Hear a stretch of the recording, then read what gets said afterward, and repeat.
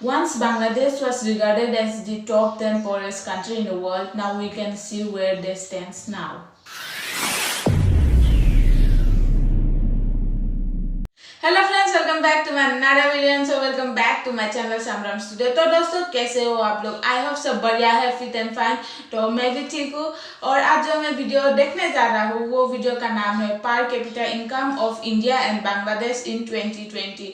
I got the suggestion of this video, thank you for the suggestion. और अगर इस video को आपको अच्छा लगे तो लाइक कीजिए, और अगर इस चैनल पे आप नए आए हैं तो सब्सक्राइब कीजिए और साथ बेल आइकन का दबाना ना भूलें ताकि मेरे चैनल का फर्दर अपडेट्स आपको मिलती रहे। तो दोस्तों, शुरू करते हैं आज का वीडियो।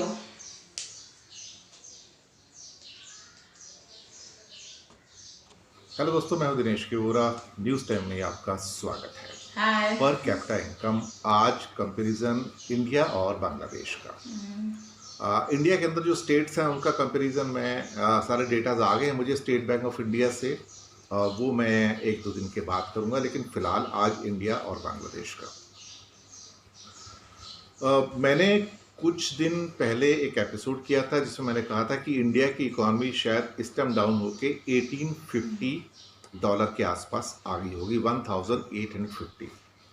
उस पर मुझे कुछ कमेंट्स फीडबैक के अंदर मिले, कुछ मेल्स भी आई जिसमें बांग्लादेश के भाई बहनों ने लिखा कि आपका तो प्रेडिक्शन बिल्कुल करेक्ट निकला। उसमें तो जो नॉर्मल जो SBI ने डिक्लेयर किया है 1881 कि 2000 अभी की जी बात कर रहे हैं, तो ये 2021 तक रहेगा, मार्च तक एक्चुअली। और बांग्लादेश का 2173 जो है वो रहेगा जून 30 तक। जून 30 तक उनकी उम्मीद है कि ये शायद 2300 समथिंग हो जाएगा। खैर, ये अभी का है 2173, ये जून 30 तक, अभी का 2020 तक का।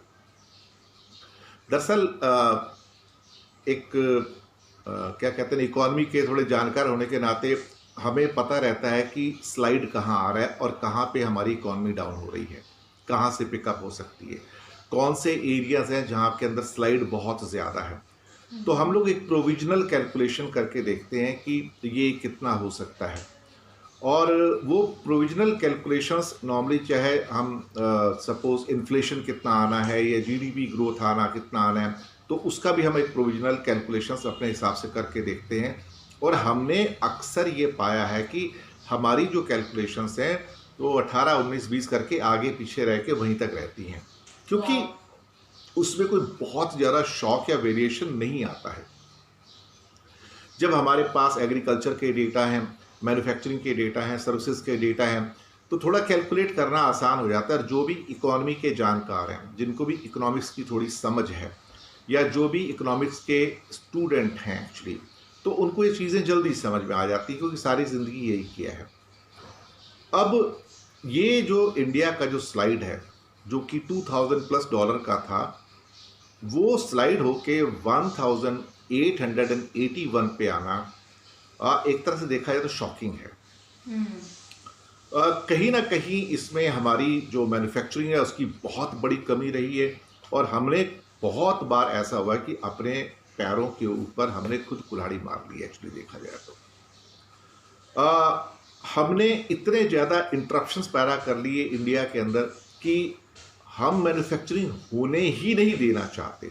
कोई उसके अंदर एनकरेजमेंट नहीं है, लाइसेंसिंग में इतने टाइम लग जाते हैं, उसके बाद इंस्पेक्टर राज है, करप्शन की वजह से इतनी बुरी कंडीशन है कि कोई कंट्री हमारे यहाँ आके इन्वेस्ट नहीं करना चाहता है। वो बड़ी दिक्कत है यहाँ पर। तो अभी जो प्रेजेंट कंडीशन है कि वो इंडिया 1881 है और बांग्लादेश 2000 इस टाइम 2173 है इस टाइम। तो ये ऑलमोस्ट देखा जाए तो उससे कहा जाए तो $300 के करीब करीब ज़्यादा है, अप्रॉक्सीमेटली, थोड़ा राउंड फिगर में कर दिया है, $300 के आसपास। और $300 बहुत बड़ा अमाउंट होता है, ये ऑलमोस्ट 15% का इंक्रीज़ है। और अगले साल तक तो ये 2300 को क्रॉस करेगा बांग्लादेश का। हम इसमें क्या कर पाएंगे? बहुत बहुत बुरी कंडीशन है। हम यहाँ पे जो इस टाइम इकॉनमी जो टैंक हुई है कोरोना के अंदर, उसकी वजह से बहुत नुकसान हुए हैं। अब जो 2173 का जो फिगर था डॉलर का बांग्लादेश का, वो बांग्लादेश की गवर्नमेंट ने और ख़ास तौर से मुस्तफ़ा कमाल साहब ने जो फाइनेंस मिनिस्टर उन्होंने डिक्लेयर किया था और उन्होंने बजट में डिक्लेयर किया था ये। और हमारा जो गवर्नमेंट ऑफ इंडिया डिक्लेयर नहीं करती है, जिसके लिए काफ़ी डिपार्टमेंट्स हैं, तो स्टेट बैंक ऑफ इंडिया के 2 दिन पहले काफ़ी बड़े डिटेल्ड एनालिसिस आए हैं। उनका जो चीफ इकोनॉमिस्ट हैं सौम्यकांति घोष, और उनके डेटास जो होते हैं परफेक्ट होते हैं, क्योंकि state bank of India India का सबसे बड़ा बैंक है और उनके जो इकोनॉमिक पैरामीटर्स हैं, इकोनॉमिक एनालिसिस है, उसको बहुत ही रिकॉग्निशन और मान्यता है। तो वो वैसे ही मानता है जैसे स्टेट अपना आरबीआई को है, रिजर्व बैंक ऑफ इंडिया को है। तो जैसे सेंट्रल बैंकर्स बैंक कहा जाता है उसको, तो बैंकर्स बैंक जो है आरबीआई है, और बांग्लादेश में जो बैंकर्स बैंक है वो बांग्लादेश बैंक है। तो ये सेंट्रल बैंक भी कहा जाता है उसको, या कई बार बैंकर्स बैंक भी कहा जाता है उसको।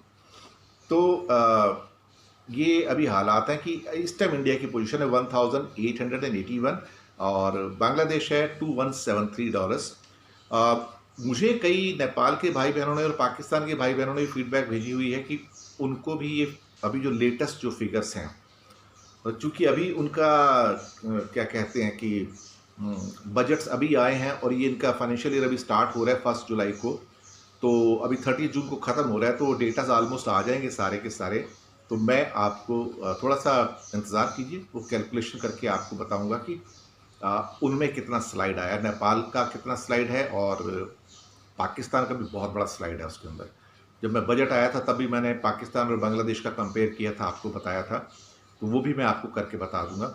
लेकिन मैंने पहले भी कहा था कि पाकिस्तान का जो बेसिकली कहा जाए पर कैपिटा इनकम बहुत नीचे है एक्चुअली, तो और नेपाल उससे भी नीचे है एक्चुअली। तो वो मैं आपको करके एग्जैक्ट फिगर्स बता दूंगा। उसके पहले एक बार मैंने इंडिकेशन दिए भी हैं कुछ प्रोग्राम्स के अंदर, लेकिन मैं फिर भी एग्जैक्टली कैलकुलेशन करके आपको बता दूंगा कि किसके आसपास वो होगा एग्जैक्टली। बात तो ठीक है, रेस्पेक्टिव गवर्नमेंट्स उसको डिक्लेयर करती हैं, तो लेकिन वो ऑलमोस्ट सेम ही रहता है, थोड़ा बहुत आगे। जैसे कि मेरा अनुमान था कि 1850 और 1875 के आसपास इंडिया का ये पर कैपिटा इनकम होगा करीब करीब, और लेकिन 1881 में है, तो वो उसी रेंज के अंदर आता है। कोई बहुत ज़्यादा मुश्किल से $25-30 का वेरिएशन है, कोई बहुत बड़ा वेरिएशन नहीं है वो। तो ये अभी की जो परिस्थिति है कि बांग्लादेश $2173 और इंडिया $1881। तो बांग्लादेश को इस बात के लिए बधाई। और साउथ एशिया के अंदर जो नंबर 1 है वो तो खैर वहाँ तक तो हम लोग नहीं पहुँचेंगे अभी, वो तो श्रीलंका है, तो बहुत ऊपर है, $4000 से भी प्लस है। तो वहाँ तक पहुँचने में कम से कम 10 साल और चाहिए, तो इट विल टेक टाइम, तो उसका इंतज़ार करना पड़ेगा, क्योंकि तब तक श्रीलंका तो थोड़ा और ऊपर चला जाएगा। तो शुक्रिया आपका हमारे साथ बने रहने के लिए, और हाँ, सब्सक्राइब करना मत भूलिएगा, चैनल है आपका, और साथ में जो बेल आइकन है उसको भी दबाइएगा, ताकि जैसे नया एपिसोड आए वो आप तक तुरंत पहुंच जाए। शुक्रिया आपका।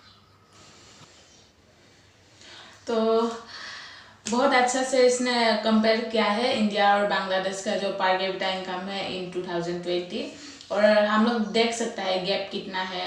इंडिया का है $1881 और बांग्लादेश का है $2173। तो बहुत डिफरेंस है ये दोनों के बीच। और इसने तो लाइक इंडिया का जो इकोनॉमी क्यों इतना डाउन हो गया है इसका ड्रॉबैक्स भी बताया, जैसे कि अगर किसी मतलब लाइसेंस चाहिए होता है, ट्रेड लाइसेंस, तो इसके लिए बहुत टाइम लगता है, तो और साथ में करप्शन भी बहुत होता है, और जो आउटसाइड इन्वेस्टर्स है वो मतलब इन्वेस्ट नहीं करने का मन करता है इंडिया में। अगर और बांग्लादेश की बात करें, उन लोग का जो है ना लेबर कॉस्ट उसको डिक्लाइन करके दिया गया है। जैसे कि मैंने इससे पहले वीडियो बनाया था made in Bangladesh, made in China नहीं बल्कि मेड इन बांग्लादेश का होगा कुछ, तो उसमें बोला गया है कि जो बांग्लादेश का मतलब लेबर कॉस्ट है वो है 200 यन, और जो चाइना का जो लेबर कॉस्ट है वो है 2000 यन। तो ऑफकोर्स जो कम है, मतलब जहाँ पे हम लोग को लो कॉस्ट में मिल रहा है, ऑफकोर्स हम लोग उधर ही इन्वेस्ट करेंगे। तो जो चाइना का बड़े बड़े कंपनीज है वो बांग्लादेश में आ रहा है, तो हम सोच सकते हैं कि बांग्लादेश अपने डेवलपमेंट के लिए क्या क्या कर रहा है, और उन लोग का जो इकोनॉमिक ग्रोथ है वो भी इंडिया से ऊपर है। इन 2017 इट वाज 7.8 और इंडिया का था 6.8। तो there's a difference और we have to learn both India and Pakistan मतलब from Bangladesh कि वो लोग मतलब बांग्लादेश क्या क्या कर रहा है for the development of their country. Once Bangladesh was regarded as the top 10 poorest country in the world, now we can see where they stands now. We can see where they stands now. और उन लोग का जो vision है by 2041 they want to make Bangladesh a developed country. अगर ऐसा ही चलता रहा मतलब जो उन लोग का अभी जो इकोनॉमिक ग्रोथ है अगर ऐसा ही चलता रहा of course they can and they are on that way. और बात करें उन लोग का जो डिजिटल मतलब जो उन लोग का डिजिटल सेक्टर है इसमें भी they are developing. They have even launched their own satellite Bangla Bandhu 1. Industry की बात करें तो लाइक डिजिटली बात करें इकोनॉमिकली सोशली मतलब हर तरफ से दे आर ग्रोइंग.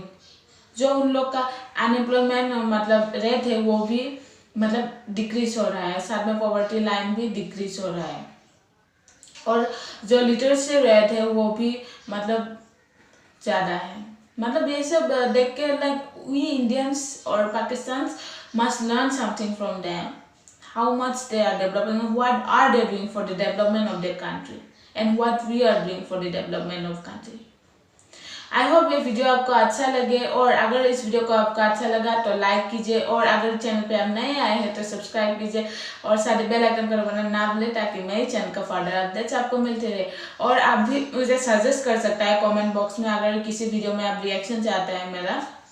और तो दोस्तों आज का वीडियो था इतना ही. Thank you so much end तक देखने के लिए.